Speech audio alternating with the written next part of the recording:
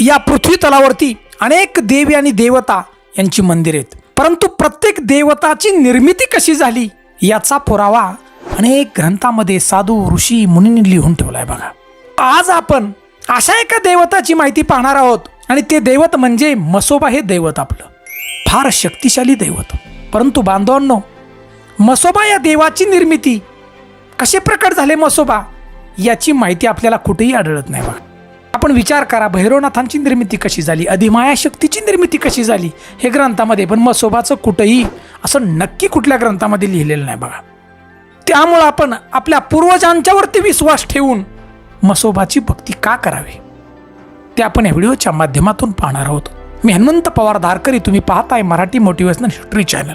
बांधवांनो, आपण भैरवनाथाच्या मंदिराच्या बाहेर गेलं तर त्या ठिकाणी सुद्धा म्हसोबा दैवत असते. अधिमाया शक्तीची ज्या ज्या ठिकाणी मंदिर आहेत त्या मंदिराच्या बाहेर म्हसोबाचं दैवत असतं बघा. आणि त्यांना आपण नैवेद्य दाखवतोच का, तर बांधवांनो, म्हसोबा हे दैवत हे क्षेत्रपाल दैवत आहे.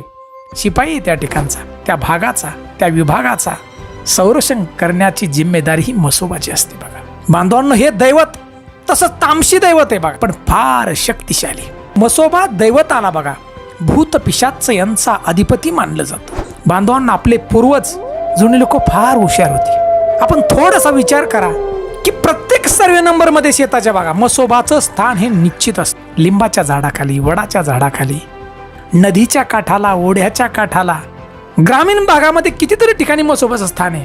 का बरं, तर बांधवांनो, ज्या सर्वे नंबर मध्ये ज्या मालकानं म्हसोबाला स्थानबद्ध केले त्या ठिकाणी त्याच्या शेताचं संरक्षण करण्याची जिम्मेदारी म्हसोबाची असते. अहो, दगडाला शेंदूर लावून तो शेतकरी म्हसोबाची पूजा करतो बघा. प्रत्येक सणाला त्या ठिकाणी नारळ फोडतो, त्या म्हसोबाला नैवेद्य दाखवतो. अंड, रोट, चिलीम, कुणी बिड्या, फुटाणा असं नैवेद्य दाखवतात. बांधवांनो, म्हसोबा दैवत फार शक्तिशाली, थोड्याशा भक्तीने सुद्धा प्रसन्न होणारं हे दैवत आहे. आता अनेक ठिकाणी जमिनीची विभागणी झाली तरी सुद्धा ज्याच्या शेतात म्हसोबा आहे, अजून सुद्धा लोक म्हणतात की त्याच्या शेतातनी नको रे बाबा, काय नाही, याला चोरी कराय. तो म्हसोबा फार ताकदवर आहे, आपल्या पाठीमागं लागेल बघा, अजून सुद्धा म्हणतात. बांधवांनो, ती खरी परिस्थिती. आपण जुना विचार केला, राजे महाराजे यांनी अनेक राजवाडे बांधले आणि त्या राजवाड्याच्या बाहेर बघा म्हसोबाची स्थापना केलेली असा पुरावा देखील या ठिकाणी सापडतो आपल्याला. तर बांधवांनो, म्हसोबाला बकरी कोंबडं कापतात लोक, वर्षातून एकदा जत्राही करतात.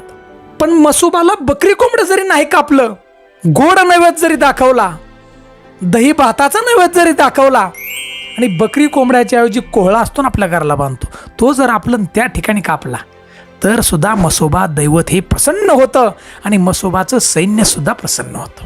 तर बांधवांनो, जसं आपण वज्रासन करतो त्या पद्धतीत हे दैवत बसलेलं असतं. हातामध्ये पेटलेलं खापर, जसं अधिमाया शक्तीचं जे हातात खापर असतं ना तसं पेटलेलं खापर असतं म्हसोबाच्या. आणि पोटाला गुंडाळलेला साप असतो. आपण जुन्या लोकांना विचारा, आपल्या आजी आजोबांना विचारा की लोक म्हणतात ना की तो म्हसोबाचा साप आहे बाबा, त्या शेतात म्हसोबा आहे, म्हसोबाचा साप आहे. म्हसोबाच्या अंगाला साप गुंडाळलेला असतो, सापाला केस असतात, फार मोठा साप असतो. आजही कित्येक लोक म्हणतात बघा, तो म्हसोबाचा साप आम्हाला दिसला, त्याला मारू नका. ही सत्य परिस्थिती. हे जे म्हसोबा दैवत हे दैत्यच आहे, परंतु याला पूजेचा अधिकार आहे. आणि तो अधिकार कोणी दिला या ठिकाणी, तर बांधवांनो, काळ भैरवनाथ. कारण काळ भैरवनाथांनी सगळी भूत वेताळ यांना युद्धामध्ये हरवले आणि त्यांना अधीन केले आपल्या बघा. हे नवनाथ ग्रंथामध्ये आहे बघा. आणि बांधवांना अजून सांगायचं म्हणलं तर म्हसोबा दैवत हे मशानातलं सुद्धा दैवत आहे बघा. कारण म्हसोबाच्या अंगाला भस्म लावलेलं असतं. जसं की भगवान शंकराच्या अंगाला भस्म आहे तसं म्हसोबाला सुद्धा भस्म लावलेलं आहे. म्हणजे शिवशंभूंचा आशीर्वाद सुद्धा म्हसोबाच्या पाठीशी. बांधवांनो, जो मनापासून भक्ती करतो म्हसोबाची, त्याच्या पाठीमागं भूत पिशाच अजिबात लागत नाही. ही खरी परिस्थिती बघा. ज्याची मनापासून भक्ती असते त्याच्या पाठीशी दैवत ही उभं राहत की त्याच्या वावरातली गवताची काडी सुद्धा कुणाला घेऊन जाण्याची हिंमत होत नाही की ज्या ठिकाणी म्हसोबा हे दैवत आहे बघा. आजही बांधवांनो, ही अंधश्रद्धा नाही. हजारो वर्षापासून आपण म्हसोबा हे दैवत पाहत आलोय शेतात बघा. हजारो वर्षा, मी तर हजार म्हणतोय, 2000 वर्ष, किती वर्षाचा परवाच्या पाठीमागे जरी आपण गेलो तर म्हसोबा हे दैवत आहेच. कुठलंही काम करायचं म्हटलं शेतात, अहो शेतकरी पेरायचं म्हटलं तरी सुद्धा म्हसोबाला आपल्या नारळ फोडतो आज सुद्धा. फक्त शेंदूर लावलेला दगड, पण एक श्रद्धा त्या ठिकाणी, ही दैवत या ठिकाणी आहे. आणि म्हसोबा हे दैवत आपल्या घरामध्ये कधीही नेऊ नये बघा, का तर म्हसोबा दैवत हे नेहमी बाहेर असतं. घराबंद नेलं तर वाईट संकट आपल्यावर येणार हे निश्चित. बांधवांनो, म्हसोबा ही दैवत हे रक्षक देवता आहे बघा, ही मोक्ष देवता नाही. आपण बकरी कोंबडं नाही कापलं तरी चालेल, फक्त प्रेमानं एक श्रद्धेने एक नारळ फोडा. आपलं ज्या ज्या वेळेला काम असेल, ज्या ज्या वेळेला आपले सणासुदीचे दिवस असतील, म्हणजे दिवाळी घ्या, दसरा घ्या, कुठला बी सण असू द्या, तुम्हाला पेरणी करायची, तुम्हाला नांगरायचे, तर त्या ठिकाणी अवश्य एक नारळ फोडा.